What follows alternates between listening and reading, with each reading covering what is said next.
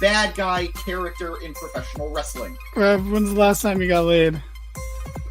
French toast is the exchange student that you have like a 3-week affair with. Like, we can see that you don't have pants on. Can we tell the truth about Dusty sooner or later? Bro, less people wanted that than are currently watching our stream.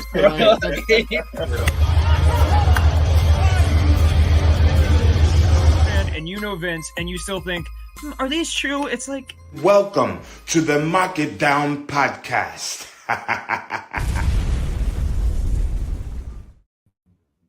Hello, everybody. Welcome to another edition of the Mark It Down podcast. My name is Nick Cummings, here again to review tonight's episode of AEW Dynamite. Tonight was the final episode of Dynamite before we head into All Out on Saturday. I do apologize for being late. As you can see, I am flying solo tonight, so thank you for bearing with me.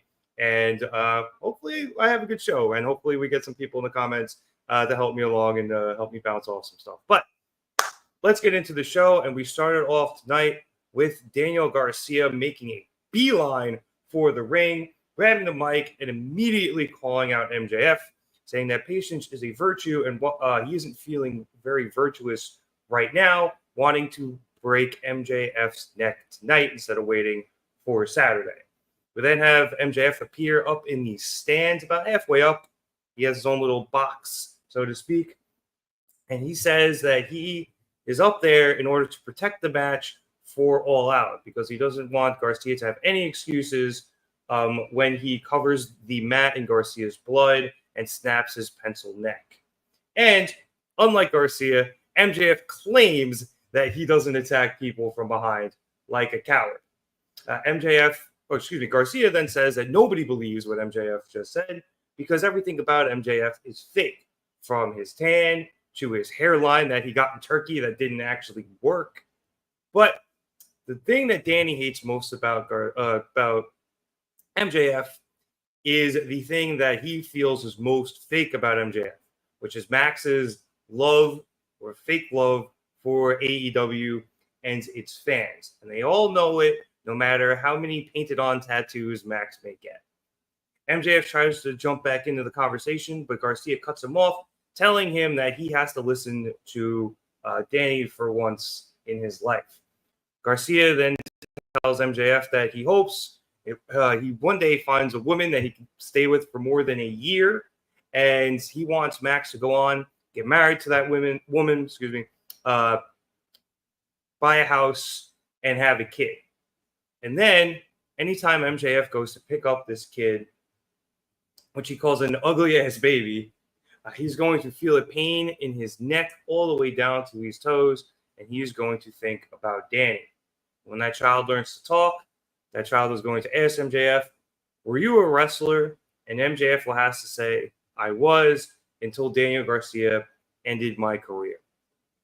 A lot of this has shaken MJF, but it being MJF, he gets back on his feet, and he applauds Garcia, congratulating him on finally learning how to talk. Max then says that when he cost Garcia against Ospreay and tried to break his neck, he was actually doing Danny a favor. Because despite the fact that the fans love Danny now, they're going to turn on him the same way that they turned on MJF, even though he was the most popular person in the company. This actually then leads to some MJF chants, which Max quickly shuts down, saying that the people had their chance. So on Saturday, MJF is going to protect Danny by putting him in a wheelchair. But the one person that MJF knows will continue to love Garcia is Garcia's mother, who he talks about quite often. And MJF knows that she will take good care of him even when he's laid up in bed. Because Danny, according to MJF, won't be the first person that his mother has had on his back in her bed that she has happily attended to. This rightfully infuriates Garcia, who jumps into the crowd and starts making a beeline for Max. However, MJF was prepared for this and was surrounded by a whole bunch of security that he sent to intercept Garcia. Garcia fought all these guys off one by one because obviously they all just run at each other one at a time, a la Austin Powers and Gold, member, when his father is fighting all the different security guards one at a time. He eventually reaches MJF, but Danny gets distracted by the last remaining security guard, and as he takes him down, Max is able to grab the bottle of wine he had been drinking from and smash it over Garcia's head, bloodying him and rendering Garcia unconscious. MJF then sits down next to the unconscious Garcia and thanks him for awakening something inside of him that he hasn't had for a while. So as compensation, MJF is going to send Garcia to paradise, and for that, he can thank him later. I like this promo. I actually have to give MJF a little bit of credit for saying something right here. Danny was great in this. He showed a lot of emotion, and which he always does, I feel like, but he was much more, I don't want to say eloquent because he was pretty pissed, but he was definitely a lot more measured, and you could tell his promo game is up for a lot from where he has been in the past, especially like at the beginning of the Jericho Appreciation Society. Danny has learned to talk really, really well, and it really shone through here tonight. On the other hand, MJF, while he is still a great talker, it feels like once again he's kind of leaning back on things that he continuously says. There's always a joke he's going to make about somebody's wife or mother, whoever it is, being a slut.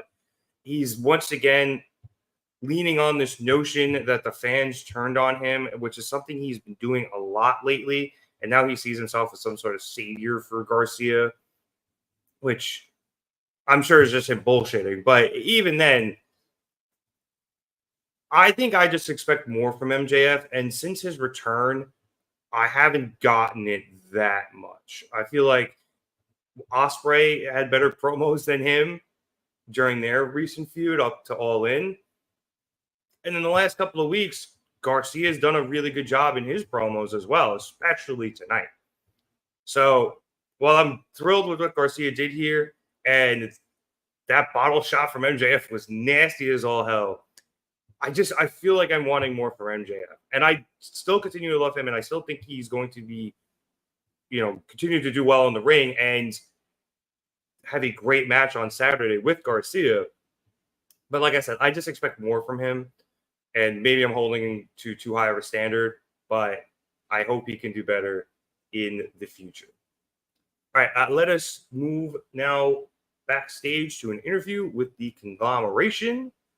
After Renee breaks down Willow Nightingale's match against Chris Statlander for the New Japan Strong Women's Championship, which will be, apologies, it's for the CMLL Women's Championship. That'll be on Saturday in a street fight. We then turn to the Conglomeration's match tonight, as they will be joined by Will Ospreay in the main event match as they face off against the Packpool Combat Club. Ospreay comes in and he thanks Mark Briscoe for lending him Orange and Kyle tonight, as that will be the team. And Will asks if Mark has any words of wisdom. And come on, it's Mark Briscoe. It's like, does a bear wear a funny hat? Yes, he has words of wisdom.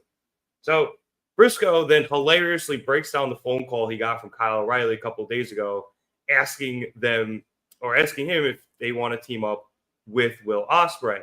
And as Briscoe is doing this, he has the finger phones to his ear, and Kyle is right next to him. And as Briscoe is saying everything Kyle said to him, Kyle is perfectly mouthing it right next to him and then stopping when Briscoe is going through what he said. It was hilarious. And once again, I'm never going to do Mark Briscoe any justice by breaking down his promos here on the show. So I'm not even going to try. But this one was hilarious, not just because of Briscoe, but Kyle brought something new to this one that I thought was laugh out loud funny. I don't know how he did it. It was great. A great job from him. I was really, I don't want to say impressed, but I couldn't stop laughing at it. So great job. And then Ospreay just acted like a complete ridiculous person at the end as they all stormed off. He was just banging his chest. And just another good, funny backstage interview with Renee from the Conglomeration. I will take these every week, continue to give them to me. And I do believe that this team up of Will and the Conglomeration is going to last through the weekend. So I'm actually pretty excited to see how all of that goes. Sorry. When I said bear with me, it's also because my voice is getting a little shot, so I will have to keep hydrated. Please excuse me for a second. And on that note, move on to our first match of the evening, which saw Kazuchika Okada face off against Kyle Fletcher, for the AEW Continental Championship. Obviously, this is being contested under Continental rules, so nobody at ringside, i.e. the Elite or the rest of the Don Callis family, although that carny piece of shit was indeed on commentary, where he made a note that Kyle Fletcher was actually coming in with a bicep injury that he sustained in his last match. We got to, as we headed into the the second commercial break. This was a long match.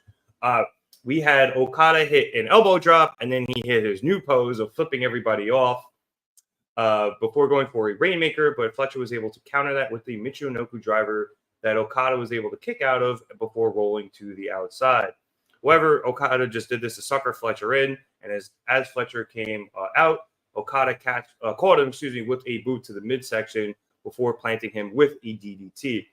Okada then got him back up on the apron and attempted to set up for an avalanche tombstone pile driver on the apron, but Fletcher was able to counter that and hit a brainbuster also on the apron, sending both men onto the floor as we headed into, as I said, the second commercial break. Shortly after we came back, Okada was able to send Fletcher to the outside with a drop kick. He drop kicked him right in the ass, by the way. Fletcher was up on, I believe, the second rope, and Okada just drop kicked him right in the ass, and it sent him flying, ass over tea kettle, onto the floor. Okada then chased him to the outside and tried to set up Fletcher for a draping DDT from the railing, but Fletcher countered that and hit another brainbuster onto the guardrail. Fletcher then set up a chair that was in the corner and used that to propel himself over the rail and hit a cannonball into the crowd. It's at this point, or maybe a little bit before it, that the 5-minute warning had been called by Justin Roberts, and over on commentary, Callis was very frustrated with Fletcher's choices in the match. He made note that I think it was about 40, maybe 45 seconds that Fletcher took on the in the crowd on the outside, just eating away at more time. There was points in this next sequence where Fletcher was mocking Okada by hitting the pose, and Callis was very upset about that, and it was a good point. So getting back into that, Fletcher got Okada back into the ring, and he went up top and hit an elbow drop that Okada kicked out of. Fletcher, as I said, then hit Okada's pose and attempted a tombstone, but Okada was able to get out of it and countered with 2 massive lariats before going for the Rainmaker. However, Fletcher was able to duck that and hit the ropes, only to be met with another picture-perfect dropkick from Okada. And then the two continued to battle until Fletcher got the better of Okada and hit him with a jumping tombstone, forcing Okada again to kick out. Fletcher then went up to the top rope again, seemingly either for another elbow drop or whatever it was going to be. But when he did this, Okada grabbed referee Rick Knox and kind of forced Knox in front of him, blocking Fletcher's path. Fletcher was then forced to jump back down from the top rope, and when he went after Okada, Okada grabbed Fletcher, shoved him at Rick Knox, and while Fletcher didn't really run into Knox, the distraction was enough to allow Okada to hit the low blow, kicking Fletcher square in the dick, and then Okada hit the Rainmaker and pinned Fletcher for the win. After the match, Inosuke Takeshita came out and called out Okada by running into the ring, but Okada just blew him off and headed to the back. Now, this defense allowed Okada to move on to Saturday, where he will be defending his title in a 4-way match. Takeshita is one of the men who will be having a qualifier this Friday on Collision. Special time on Friday, kids.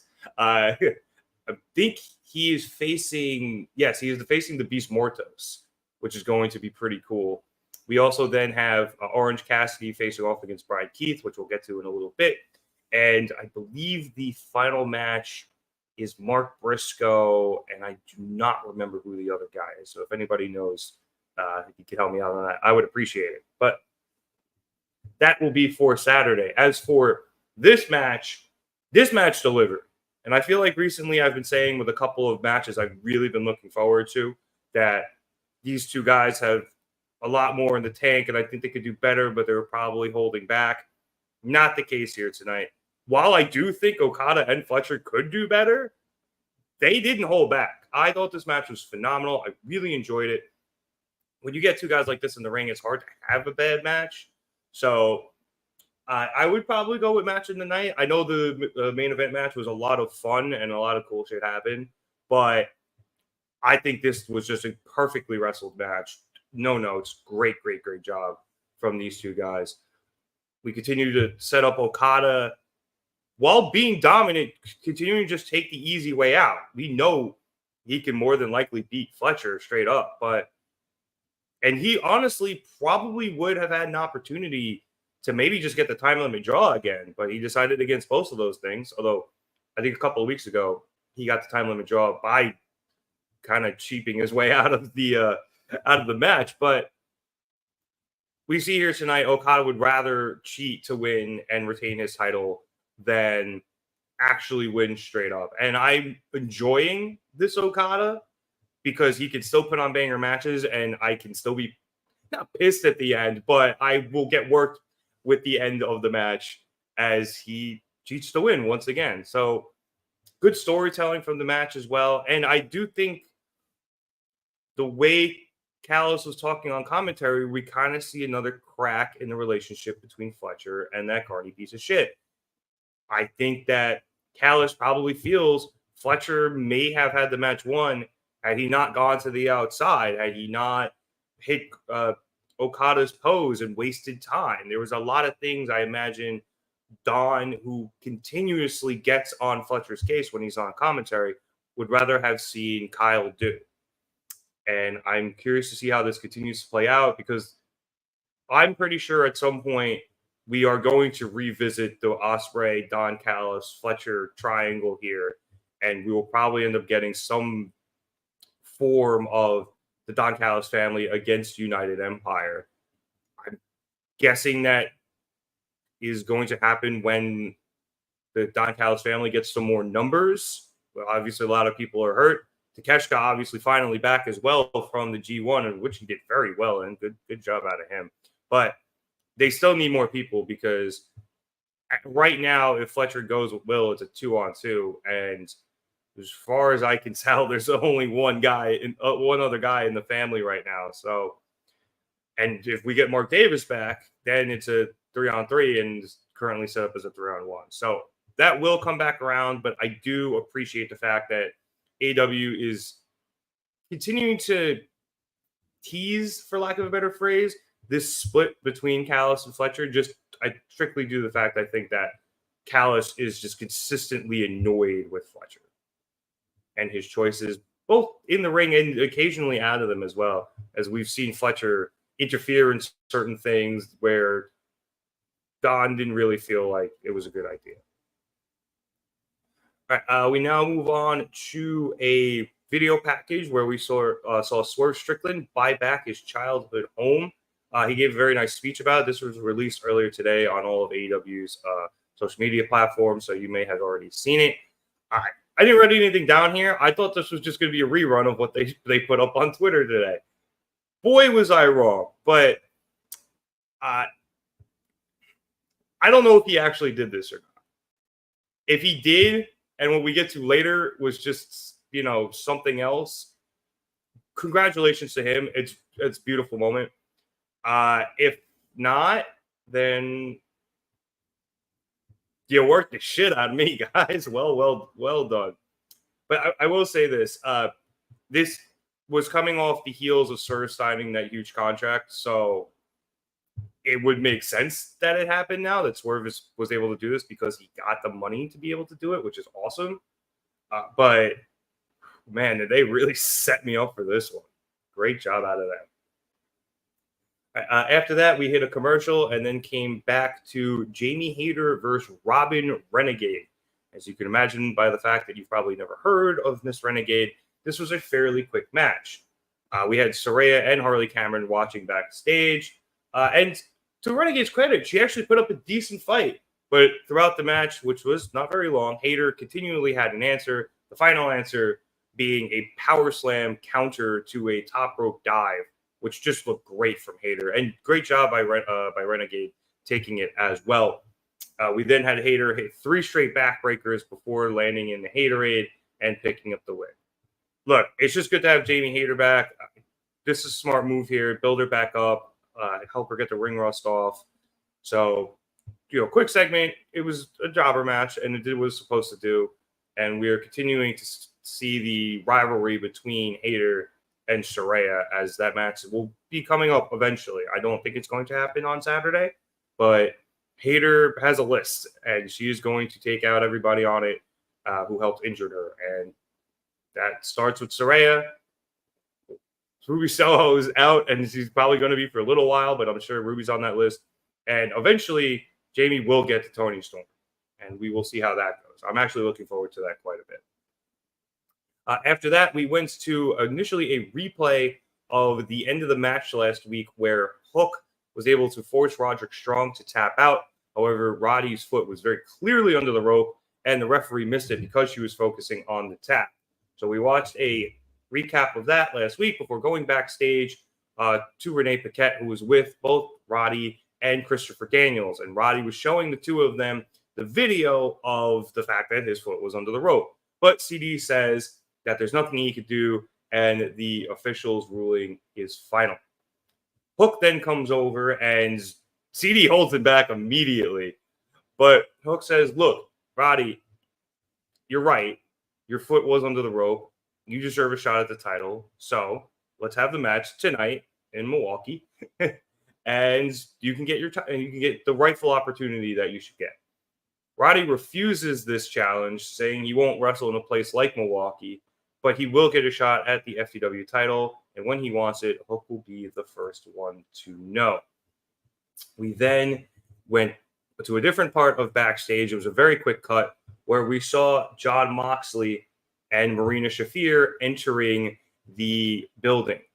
Shafir, once again, just beating the shit out of random security people and backstage hands and just kicking everyone's ass. And eventually, they run into the Elite, this time just Jack Perry and the Bucks. Mox goes nose to nose with Perry and says that he doesn't care what anyone else says. Jack's a sweet kid.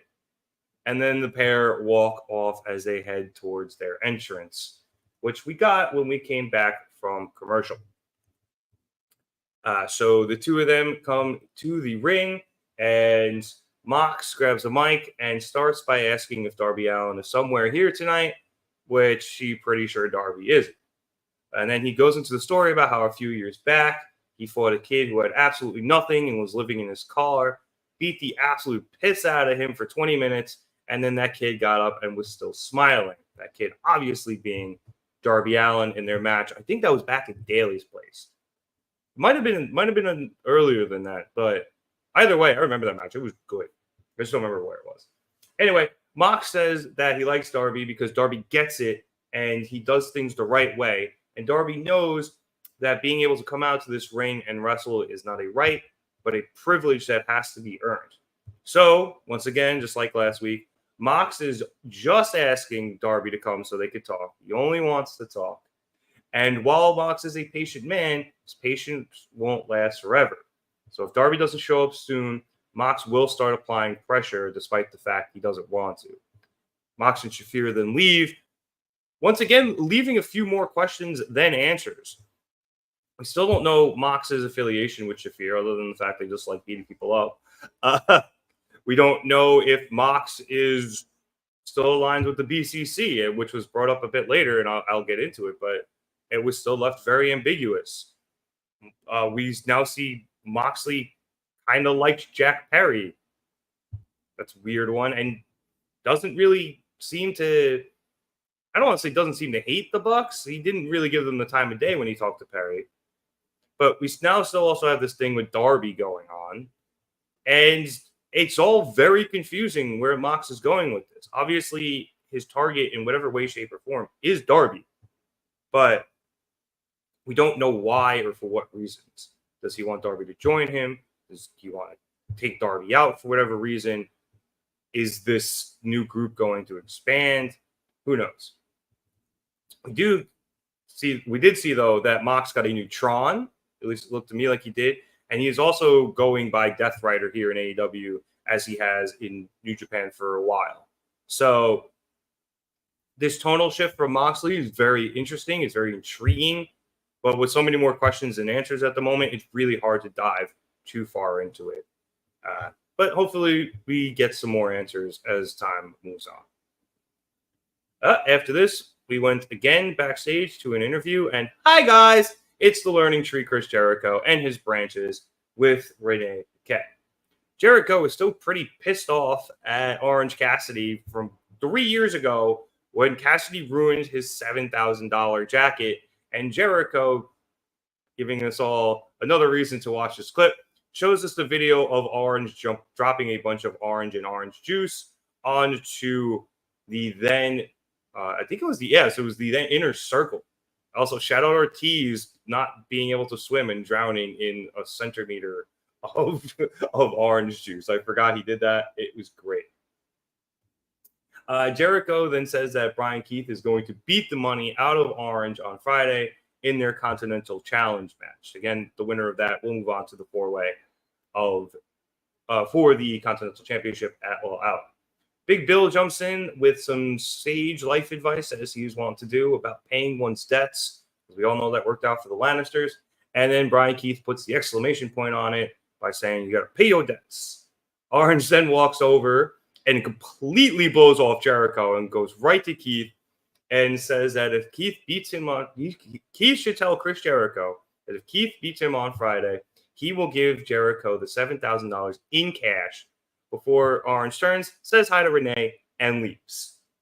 Keith then yells about the disrespect being shown to Jericho by Cassidy, who again did not acknowledge Chris, and he says he will make it up to Chris by kicking Orange's ass and getting Jericho his money back. Honestly, this was good for two reasons. One, I got to watch that video of the orange juice being dropped on Jericho's head again. And two, Orange coming up to Keith, completely ignoring Jericho, saying hi to Renee and leaving was just great character work from Orange. Absolutely love it. Good stuff out of him. And, it adds a little, sorry for the pun, but it adds a little more juice to the match on Friday. So at least they're giving a little more background to that match, which is nice, as opposed to the other two, which, again, I can't even remember who's facing Mark Briscoe, but the Takeshita Mortos match has no build to it. Do I think that's going to be amazing? Yes. Have you seen either of those two guys wrestle? That match is going to fuck. But the Briscoe match, I wish there was more build to this. Maybe it was announced earlier today or earlier in the week, but it was the first I was hearing of it. I'm excited to see how all those matches go. I'm excited to see who ends up in that four-way against Okada. Also, kind of gives the opportunity for Okada to lose the title because he doesn't have to be pinned. Do I think he's going to? Probably not. It also kind of changes the dynamics of the Continental rules. It's no DQ with the four-way, so there aren't supposed to be any seconds, but then you can't get a DQ. So it does create a very interesting dynamic for that match. All right. After that, we went back to the ring for another match. I saw the AEW Women's World Champion, Mariah May, defend her title against Nyla Rose, herself a former AEW Women's World Champion. Mariah started off this match pretty funny, actually. She was just repeatedly slapping Nyla in the face, which is a terrible idea. But it actually kind of worked out for Mariah because she was able to avoid any major blows from Nyla. And eventually, Mariah was able to use Rose's frustration against her and was able to gain the advantage. Later in the match, though, we saw Nyla hit a massive power bomb onto Mariah, and Mariah was able to roll to the outside before Nyla was able to pin her, where Mariah was able to get the attention of the referee. Nyla, who was looking for an opportunity to get around the ref and continue the onslaught she had recently been giving Mariah, went over to the steps and attempted to set up for something, maybe a dive, maybe a running knee, whatever it might have been. I think she actually does the knee drop, and it probably would have been a good spot there. But Aubrey Edwards was still in the way because Mariah kept grabbing her foot. So Nyla couldn't do anything, and Mariah was able to take advantage of that, running over and sweeping Nyla's legs out, forcing her to fall face first into the steps. Mariah followed that up, again knocking Nyla into the stairs, and that allowed Mariah to get back to the ring and demand a 10 count. Nyla barely beat the 10, but she was immediately met by a running knee from Mariah, who then followed that up with a Storm Zero, and she was able to pick up the win and defend her championship. This was another good match. This was very physical, and I think that's great. I've been so impressed with Mariah in the ring since she has gotten to AEW, and more so as she has continued to wrestle, and I've continued to watch her in the ring. And as she has gone up against better and better competition, coming up from, some of the local talent she faced to obviously her match with Toni Storm at All In, which was phenomenal. And now another match against another former women's world champion. Mariah's got it. She's got, to borrow a line, she's got the goods, dude, in the ring. So I like the fact that she was able to play to Nyla's strengths here and have a very physical, heavy hitting match. You saw, now Mariah did have to use her quickness on occasion, but she was slugging it out with Nyla left and right for the most part. And I really enjoyed that. I thought Nyla looked great here as well because she was able to play to her strengths against Mariah. It's also nice seeing Nyla on television. I didn't know she had the most wins in the women's division out of anybody in AEW, which is awesome. I think Shivani said she has something like 402 or 406 or something like that, which is crazy. So I'm glad that they still keep her strong. And she looked great in this match tonight. She looked strong in this match tonight. And obviously it was the manipulation of the referee by Mariah that allowed her to pick up the victory. I will say this, and I know this is something that bothers a lot of people. It doesn't necessarily bother me, but it does get brought up from time to time. It's the second match tonight where the heel was able to use the ref to turn the tide. Obviously, Okada just used it very quickly to hit the low blow and then get the win. And Mariah, it impacted the finish, but it was not the finish. The finish was the knee followed up by the Storm Zero, but it was close enough to the finish where it kind of, was a major part of it. So I can see why some people would nitpick that, but I think standalone, I personally, I don't really care about it. And standalone, this match was good or great. I'll say really good. And it's the way I think Mariah should beat somebody like Nyla Rose. It makes sense. She's the heel. She's a bit of a chicken. Well, I don't want to say she's that much of a chicken shit. She and Tony were really going after it, and Mariah wasn't really backing down. She didn't run too much. So, but it was a chicken shit way to win tonight, and we'll see if that becomes a more consistent part of her character. But I think Mariah, same as Okada, they're both good enough to win on their own merits. So I do hope we see both of them, but Mariah especially, considering this is her time here. I hope Mariah is able to win a few more matches a little more cleanly, just because I think she should be built as such and shouldn't be winning every match with some sort of shenanigans involved. All right, after that, we stuck with the women's division as we had a promo package from Deonna Purrazzo. Deonna just lost, unfortunately, a great feud with Thunder Rosa over on Collision. And that final loss came in a Texas Bull Rope match, which was supposed to be her defining moment in the current period she was in. Obviously, herself being an artiste, artistes go through certain periods, of which she mentioned a few. And she was hoping to move on to the next period of the Virtuosa. However, that loss kind of put a crimp in everything, and she wasted some more wine because apparently between her and MJF, no one can have any. But she's looking to get back on track on Friday when she faces off against Hikaru Shida. Spoiler alert, she's not going to get back on track because Shida is facing Mercedes Moné for the TBS Championship at All Out. And wouldn't you know it, our next segment was an in-ring promo from the TBS and New Japan Strong Women's Champion. So, Mercedes obviously comes out with Camille and immediately calls out Shida, asking how Shida can call herself the ace when she's not even the face. Mercedes is still two-belt Monet, which she says very forcefully, responding to holy Shida chants from the crowd. She's the face of TBS, even the face of the whole damn company. And come Saturday, Shida is going to learn, like the rest of the division, that there's a price to pay when you mess with Mercedes Monet.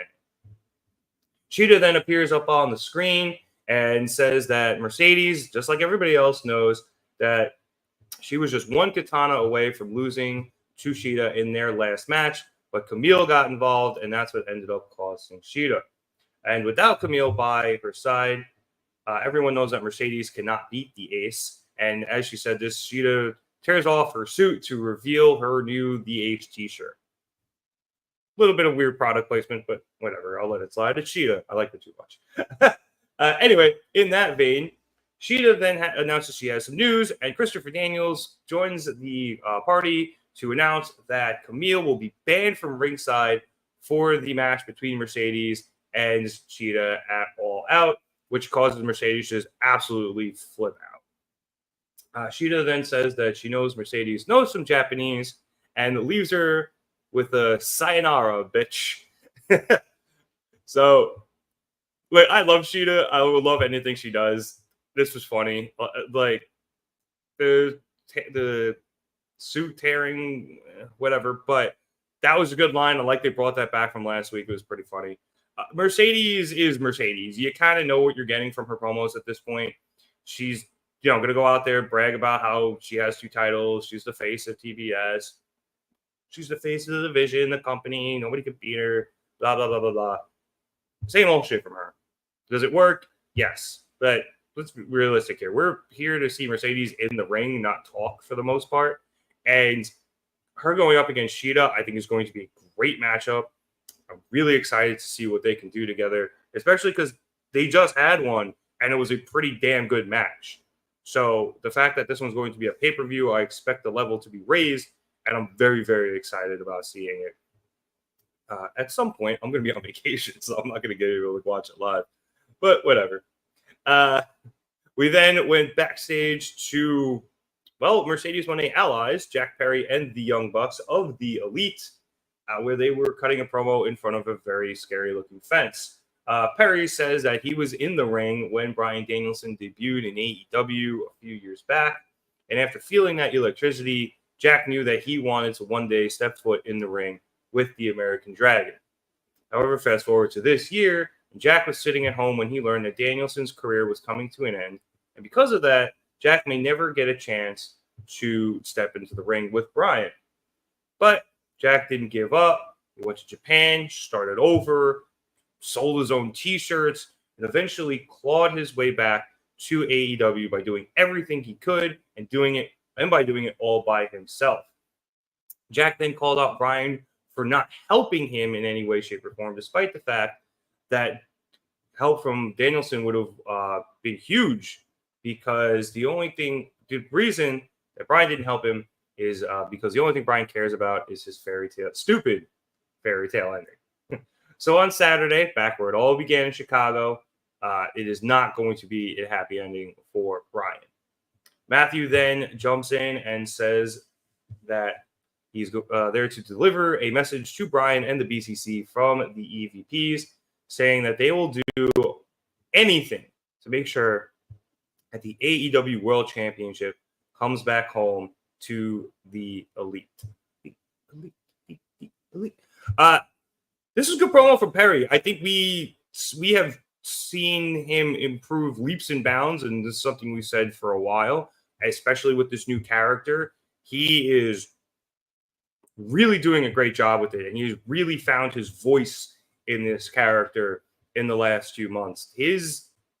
I guess if you want to call it an excursion to Japan, obviously has done wonders for him, but the more time he spends in this character and with the Elite, the better and better he becomes on the microphone, and the more comfortable he is playing this person. And it has just led to really good stuff. Now, we were all pretty surprised that Jack was the one getting this shot at All Out when it was announced last week.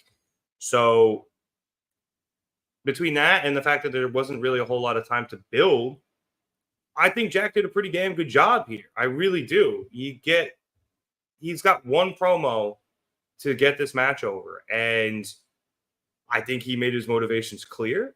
I think he did a good job spelling out the beef he has with Bryan, and I don't think you can ask for much more from him. And obviously the Bucks setting up something that happened a bit later, but you can also see that A, the Bucks are going to have his back, obviously, but B, that they're pretty much lining up for some interference in this match come Saturday. So keep an eye out for that, and we will see how it all goes. But also think it's pretty obvious that Bryan is going to win, and despite the fact that Bryan's going to win and is going to give Jack a huge opportunity. And as I said last week, I think this run by Bryan is going to allow a lot of younger talent to get over without actually winning the match, because they're probably just going to have bangers with Bryan for the next few months. And that's exciting.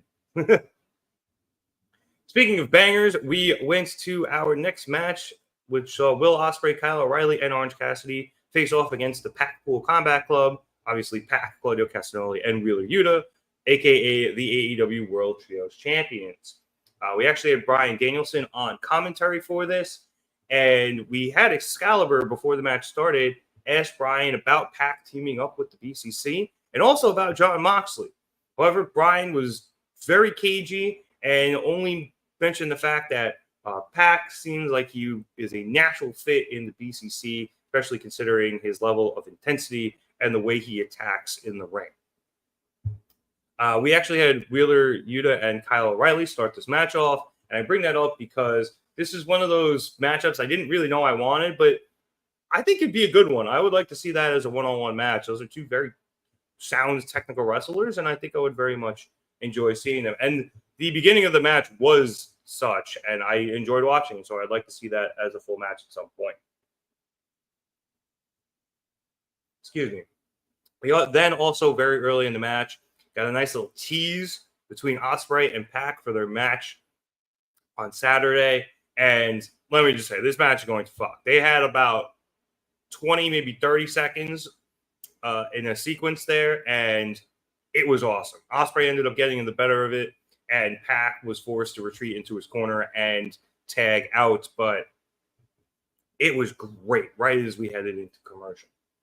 I will jump to a bit later in the match where after Pac, I believe he hit a plancha maybe over the top rope, and then Ospreay followed it up with a Pac took out, I want to say Orange, and then he took out Kyle, excuse me, and then Ospreay followed up with a crossbody over the top rope onto Pac, and then the two of them fought up the ramp where it seemed that Ospreay was going to attempt to exact some revenge on Pac for the poison Rana that he hit on the ramp last week. So the two of them are fighting, and it looks like Will is going to be able to get that revenge, but Wheeler comes up and hits Ospreay, breaking that up, so Wheeler then eats a back kick for his troubles. We then see Ospreay set up for the hidden blade on Wheeler, but this distraction allows Pac to get his bearings, and he once again goes for the poison Rana. But Will is able to counter, throw Pac off of his shoulders, and boots him off the stage before running at him and following that with a 450 cannonball. I think it was a 450 to the floor. The two then recovered and fought their way to the back and weren't seen for the rest of the match. Back in the ring, Orange and Kyle were attempting to take on Claudio, and Orange was able to hit Claudio with a beach break that Claudio kicked out of. Wheeler then returned to even the odds, and he took out Orange, but O'Reilly is able to get in a guillotine choke. He almost forces Claudio to pass out before Claudio actually physically forces his way out of things and hits a nasty uppercut to Kyle. Claudio then gets Kyle into the swing and went for, I think, about 20 seconds. And then I'm not sure if he hit Kyle with a move after that. I do apologize. I did miss it. Either way, I don't know. I think he might have hit a neutralizer because he did call for it. that or another uppercut, or he just pinned him after the swing. Either way, Kyle was down for the 3 count, and the Packpool Combat Club were able to pick up the win.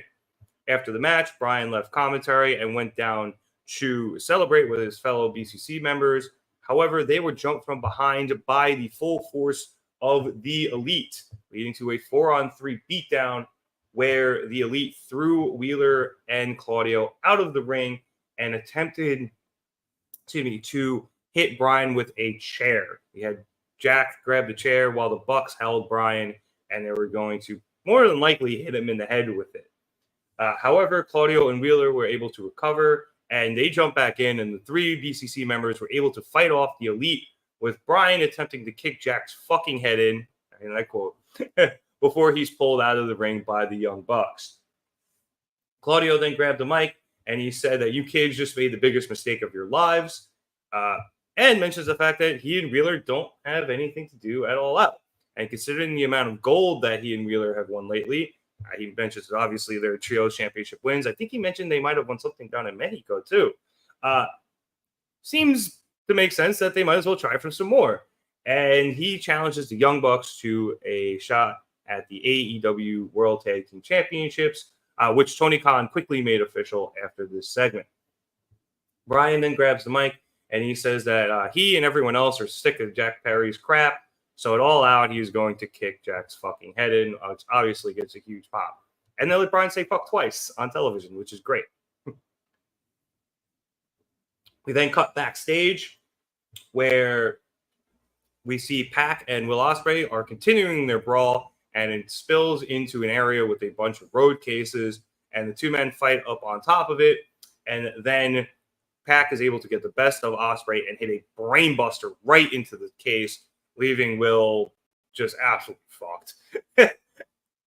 Anyway, Christopher Daniels and security quickly come over to prevent Pac from doing any more damage, but Pac pretty much just talks some more shit before leaving. So Will coming in with a bit of a neck injury, perhaps, to Saturday. I think things a little more interesting for that match. But like I said, we got 20, maybe 30 seconds of this matchup in the match here tonight, and I am so excited to watch the 2 of them wrestle. It's going to be amazing. There is a small part of me that does wish this was at All In, because Pac versus Ospreay at All In would be bananas. But I'm just happy I'm getting it on pay-per-view either way. And Pac and Will were both able to win gold back in London. So it worked out for everybody. I get my match, they get their moments, they get their titles, and we're all going home happy. Except probably for Pac, because I think Will's going to keep that title. All right, we now come to the final segment of the evening, which was scheduled for Swerve Strickland and Hangman Adam Page steel cage match contract signing. This was also the reason why I was on a little late, because I was so enthralled by this that I didn't take any notes, and then I had to wait for it to come up on Twitter so that I could then watch it back and take notes, because holy shit. So Swerve came out first, and he comes down, he sits down. Shivani thanks him for agreeing to no physicality, which is, it's something I do like in these contract signings in AEW or some of the interviews, because contract signings had become so predictable. Somebody was going through the table. That's it. But now every once in a while, we know, okay, this is actually just going to be a really good promo segment, or hopefully a really good promo segment, because there's the no physicality, and or Prince Nana is going to get taken out like he has in the past. So it's an interesting wrinkle I think AEW does with the contract signings, and I like it. But getting back to this specific one, Shivani then introduces Hangman Adam Page. His music hits. The Hangman doesn't come out. Shivani attempts to do this again. Music hits again. And once again, Hangman does not come out. Everyone's very confused until Hangman appears up on the Jumbotron. And he is standing outside of Swerve's childhood home, the one he recently purchased with his brand new contract. Hangman says that Swerve is a hard man to track down. He mentions that something about his wife and kids no longer being in his life, and it's as if he doesn't have anything except the ring he is standing in. But Swerve slipped up and he showed the world, and more importantly, he showed Hangman something very important to him. And Hangman is saying all this. He is walking through Swerve's house, mentions that there are low ceilings, and he says that he can see Swerve's mother fixing supper and walking across the dirty floors. He can see Swerve's dad sitting in his chair telling Swerve to shut the hell up so he can hear the TV. And considering the type of man that Swerve has turned out to be, Heyman is guessing that Swerve's father didn't love him very much and probably regrets having him. And what a wonderful world it would be if Swerve had never been born. And as Hangman is saying this, he breaks out a canister of gasoline and starts splashing it around the room. And he continues to do so as he goes on to say that Swerve told him last week that he had the decision to make between hate and success, between vengeance and peace. But for Hangman, it's not much of a choice. They are one and the same. And Hangman is continuing to walk, dousing the place in gasoline, and has made his way outside onto the porch at this point, where he is continuing to leave a trail of gas behind him. Hangman says that he's told Swerve for months there's nothing more he wants in this life than to burn Swerve's world to the ground. Hangman finally then takes a seat in a big comfy chair that is outside.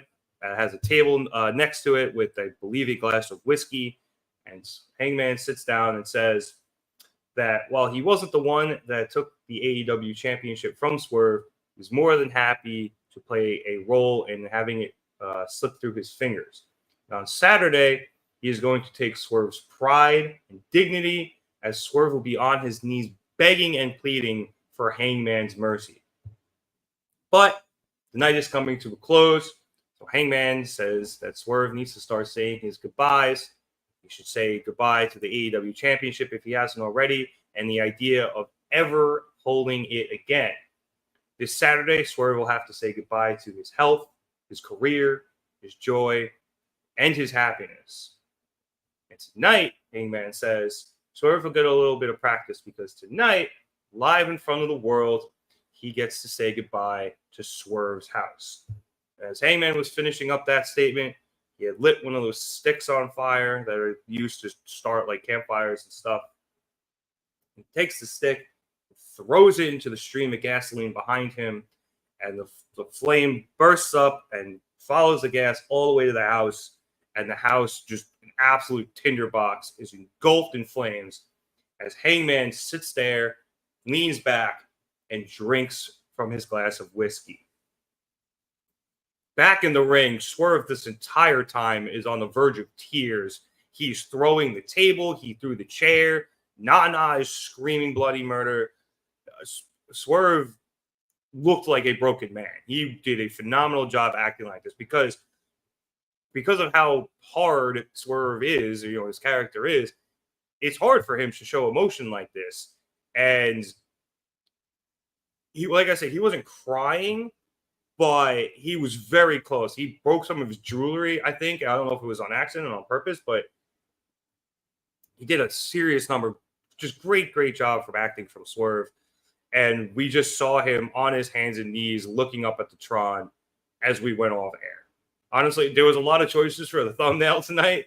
I picked the one of Hangman with the fire in front of his face just because the one with the big engulfing fire was just too bright for the picture. But if I could have got a good shot of Swerve looking up at Hangman, it was a great shot because it was a great shot to close the show. We also had This Is Arson chants as we went off of the air. And as reported on Twitter and stuff, I believe I got this from Lucha Blog, we had Tony Khan come out and announce that this match is no longer sanctioned, and because of how insane this has all gotten, and therefore it'll be a lights out steel cage match on Saturday, which leads me to believe this will be the main event. And quite frankly, after this, it 100% should be, because holy shit, this was amazing. This is one of Hangman's best promos ever. He was so good, methodically walking through this house, saying everything he said, telling the story of what he believes Swerve's childhood was like, going through what he's going to do to Swerve, why he's doing it. he mentioned the fact that when Swerve was saying that he had to make a choice, it was Swerve had brought up the fact that he was sitting outside of, Swerve had brought up the fact he was sitting outside of Hangman's house as Hangman was bringing his pregnant wife to the hospital to have their second child, and Hangman brought that back up. And you can continue to see the motivation of Hangman Page. And while this started with Hangman being in the right, Swerve broke into Page's home. He threatened his child. Hangman has completely crossed the line here. We heard that from commentary. Excalibur and Taz were in utter shock. Shivani was still in the ring the whole time, and he was just like mouth agape, like hand on his face, like, oh my God, I can't believe this is happening. But we heard Excalibur say that there's no way that Hangman could think he is, righteous anymore, that he is on the right path, that he's doing the right thing. So just unbelievable character work from Hangman as he has gone down so far down this path that he has committed a serious felony, but also too has done so by attacking at the very heart and soul of Swerve Strickland, something that we didn't even necessarily know Swerve had. Swerve has always been very guarded and doesn't say much about family or friends or any of that. The only guy he really cares about seemingly is Nana. So the fact that Hangman was able to find this weakness, or what he perceives to be weakness, and immediately attack it, and both literally and emotionally burn down Swerve's house. This has taken a turn that I did not see coming, and I absolutely love. And it has added such a great new element to this already insane and violent blood feud that I do not know what we're going to see on Saturday, because their Texas Death Match was already so violent, and they crossed lines that very few people had seen, I think, in a wrestling ring. Not just Hangman drinking Swerve's blood, but just the amount of violence those two put each other through. I can't imagine what they're going to do, because it has to escalate. It's beyond just one man broke into another man's home, and now that man has burned down the home of the man who broke into his house. It's on a whole different level, a level I'm not sure we've seen before in wrestling, at least not to my knowledge. I wish I had my wrestling historian James DeSanti here with me tonight to maybe help lend some historical perspective to it, but it's at a historically high level, and that makes this matchup all the more compelling. And it was a great shot at the end of the show to send Dynamite home before All Out on Saturday. And on that note, that was Dynamite.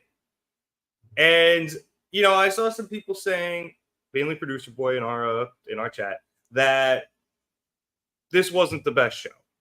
And the show before All Out last year was in a similar boat. You only had 2 weeks, or I think last year they might only have 1 week, but this year they only had 2 weeks to go from All In to All Out. And I thought last week they did a great job of pretty much setting up everything they needed to and really getting the ball rolling very quickly as we head to the pay-per-view on Saturday. And they had to do so. And I do think that they did a pretty good job of continuing that. Now, it wasn't the hammer everything home before the pay-per-view show that you normally get after, anywhere between 4 to 6 weeks of build. But I do think we set up a lot of good stuff. MJF versus Daniel Garcia raised the stakes a little bit by MJF taking Danny out. It is very clear that these two men want to, at minimum, end each other's careers, maybe each other's lives. You had a great tease with Ospreay and Pac, as I mentioned earlier, and Pac getting the best of Ospreay, setting up perhaps for a bit of a neck injury angle for that match. And that tease alone had sold me on it already. So that tease alone sold me on the pay-per-view, period. So that was just a great job of them utilizing that.